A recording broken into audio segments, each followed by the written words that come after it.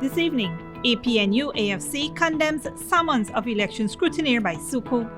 Duo charged for the murder of an 85-year-old woman. 700 house lots allocated a dream realized in Region 3. In the region, Peru's Congress swears in new president after Castillo removed, and internationally, Mozambique's ex-president's son, 10 others jailed over corruption. Welcome to another broadcast of Channel 2's Headline News Update. I am Bibi Bacchus. Thank you for joining us. 37-year-old Roshni Basio, a housewife from Bushlot, West Coast, Berbice, and 48-year-old Mohammed Ramzan Shahid, a laborer from Section B, Bushlot, West Coast, Berbice, were jointly charged for the murder of 85-year-old Sumitra Shaw when they appeared at court today. Shahid appeared at the Fort Wellington Magistrates Court, while Basio appeared via Zoom from New Amsterdam Prison before Magistrate Peter Hughes for murder contrary to common law. The joint charge was read to them and they were not required to plea. They were remanded to jail. The case was postponed to December 14, 2022. Shahid is accused of conspiring with Basio to kill 85-year-old Sumitra Shaw, called Auntie Betty, on November 28, 2022 at her Lot 131 Section B Bush Lot home. An autopsy revealed that Shaw was stabbed several times and sustained a fractured skull. The Special Organized Crime Unit has come under fire from the opposition APNU AFC for harassment after bringing its chief scrutineer Carol Smith Joseph in for questioning. The coalition asserted in a statement that it thinks the action is political. Last Monday, Smith Joseph filed a court case expected to lead to another round of claims and objections for the impending municipal elections. The statement read, APNU-AFC coalition would like to inform the public that its chief election scrutineer, Ms. Carol Smith Joseph, was instructed yesterday to report to Suko on Friday morning, December 9th. Ms. Smith Joseph was not provided with any reason for the summons. The coalition calls on citizens to condemn this action as intimidatory, politically driven, and therefore totally unacceptable. The statement further read that as the opposition's chief election scrutineer, Smith Joseph has been at the forefront of the struggle for credible elections, inclusive of a clean voters list.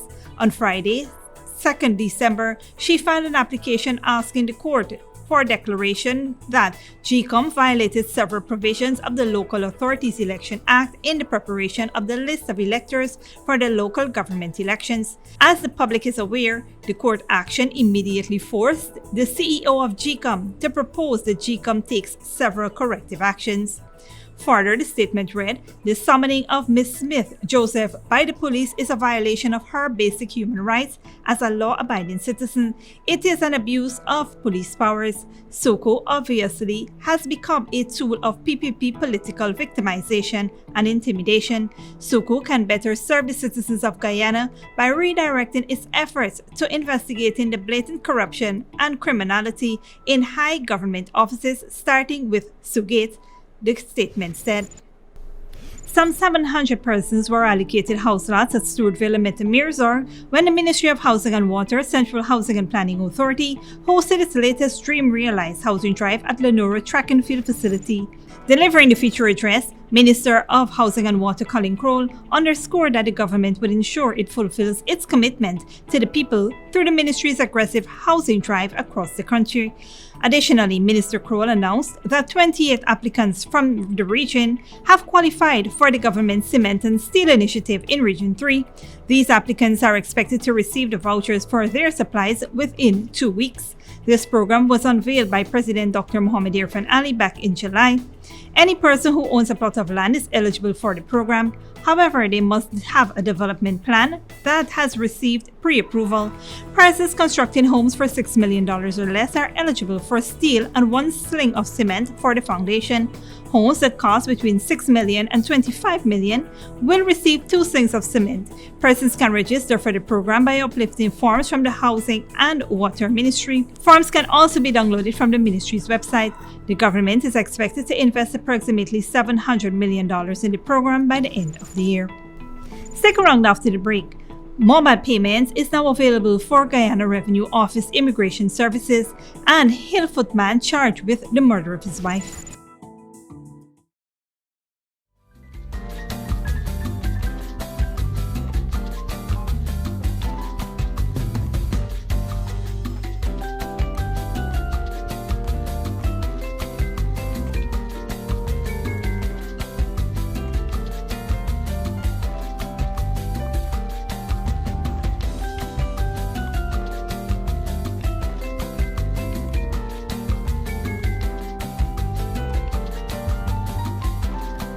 Last year, we couldn't celebrate Christmas as we wanted to, so for this year, we had everything planned. 100,000 watts of lights, 10 feet tall tree, the best table ever, custom t-shirts, live shows, DJ. And we also had Uncle Mario, who forgot the KFC buckets in the car with the keys inside. Step back! This Christmas is to be enjoyed no matter what. Let's savor this Christmas. Shop at John Lewis Styles in December, and you could win one Amazon Echo Show every day. Yes, every day. And that's not all. 4 persons will win $500,000 to spend in the store. Just imagine $500,000 to spend on clothing, footwear, watches, fragrances, handbags, luggage, and accessories. So shop now at John Lewis Styles to win one Amazon Echo Show every day and $500,000 to spend in the store. John Lewis Styles, simply different.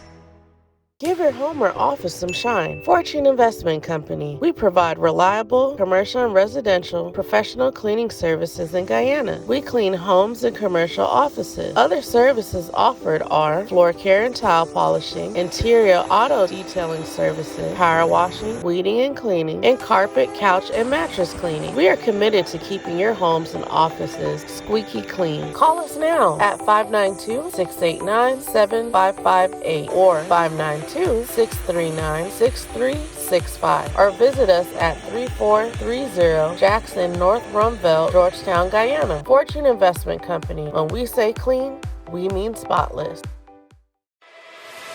Furnishing your home or office has never been easier. Here at Kissoon's, our inventory of locally made and imported furniture, offered at amazing prices, will leave you wanting more. From vinyl, floor rugs and carpets, bedroom, dining and living room sets, mattresses, pillows, office desk, chairs and filing cabinets, outdoor benches and tables. We have a piece of furniture for every room imaginable in your home or office. Check out our flagship store at Industrial Site Rijnveld or one of our branches in New Amsterdam, Port Morant, Riverton and Camp Street. Kissoon's Furniture, furnishing homes for over 50 years. Good girl forget things. What's the problem, Granny? I want money for borrow for those surgery. I was dancing and I fall and fracture my hip. If you need some quick money, you should check Lender's Jewelry and Pawn Shop. Lender's Jewelry and Pawn Shop, Lot 238 South Road Border, Georgetown. Get jewelry made to order in just 72 hours. We also accept vehicles. Lender's, best rates, longest payback period. Boys, I get through. Plus, I could dance again. Lender's Jewelry and Pawn Shop. Welcome back. The Ministry of Home Affairs, in partnership with GTT's Mobile Money Guyana, launches mobile payment service for the General Register's Office and Immigration Support Services on Wednesday in the ministry's compound. Citizens can now make payments through MMG when applying for birth, death, and marriage certificates from GRO. In addition, the MMG payment options will be available for applications for visa extension, work permits, and other services provided by the Immigration Support Service.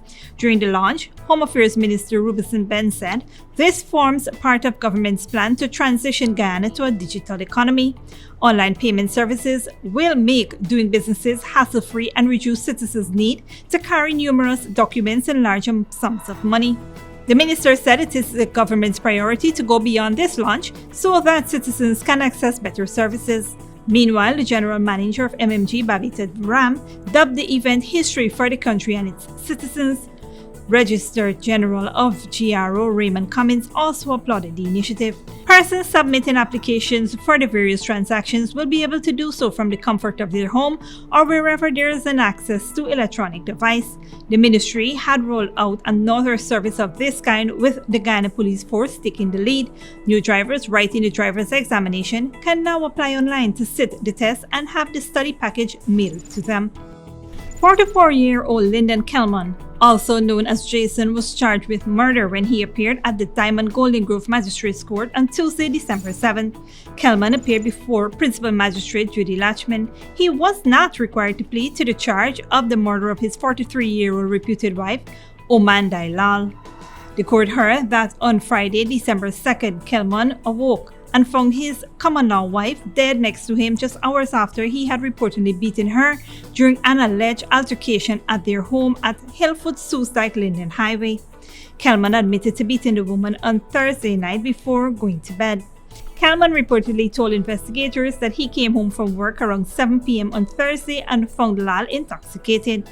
He claimed that he began quarreling with the woman about her condition and she allegedly started to fight him. After a while, the fighting stopped.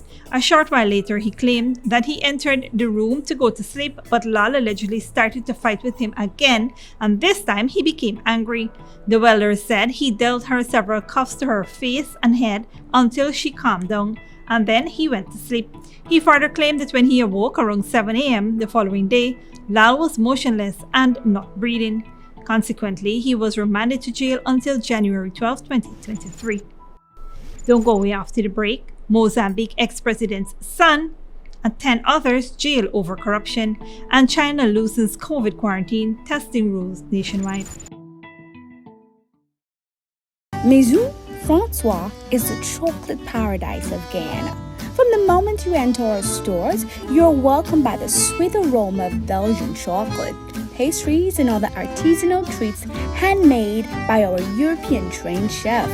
However, Maison Francois is more than just chocolate. We serve lunch, dinner, afternoon tea, and even Sunday morning mimosa brunch. Our convenient location at 133 Thomas Street, Kitty, makes it the perfect place to take that special someone or to take home a little sweetness. Treat yourself with the taste of Paris in the heart of Georgetown. Only at Maison Francois. When you need money and you gotta get it fast, Creative Jewelry and Pawn Shop is the place for that confidential transaction in a quiet and secure location. You'll get the highest value per pennyweight for your gold and also enjoy the lowest interest rates and longest payback period too. Yes, for that instant transaction to solve a pressing financial problem. That Creative Jewelry and Pawn Shop, 4-6 Boyle Place, that's between the Ministry of Housing on Brickdam and White Castle Fish Shop, be your first and only choice. Creative Jewelry and Pawn Shop, safe and sound, solid and secure, always there for you. Telephone 231-7878 and 223-8955. Sooner or later you will have another power failure. Are you prepared for the next blackout? Some essential equipment such as security cameras, lights, internet, gate motors, and water pumps may stop working. How can you prevent the next blackout? InverterTech has an affordable solution for you. A strong UPS system which uses the latest inverter and solar battery technology to prevent blackout. We smartly calculate your average power demand so you don't spend more than you need to. Call 223-2233 for more information. Shop at John Lewis Styles in December, and you could win one Amazon Echo Show every day. Yes, every day. And that's not all. 4 persons will win $500,000 to spend in the store. Just imagine $500,000 to spend on clothing, footwear, watches, fragrances, handbags, luggage, and accessories. So shop now at John Lewis Styles to win one Amazon Echo Show every day and $500,000 to spend in the store. John Lewis Styles, simply different. Welcome back. Now let's take a look at what's happening in the region and around the world. Dina Boluarte has been sworn in as Peru's new president after left-wing leader Pedro Castillo was removed in an impeachment trial and arrested following his attempt to illegally shut down Congress. Al Jazeera's Mariana Sanchez reports.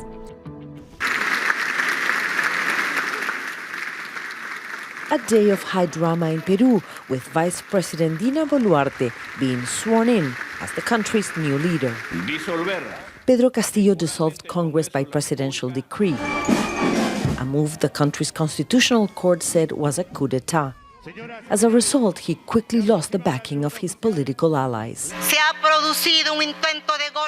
A coup attempt has been made, an initiative led by Mr. Pedro Costello. It was not echoed by any democratic institutions or the people. Following on from the constitutional order, this Congress has made a decision, and it's my duty to act accordingly. It was Congress's third impeachment attempt to oust Castillo. He tried to save himself with a bold move. We'll temporarily dissolve Congress and establish an exceptional emergency government while calling for elections for a new Congress and drafting a new constitution.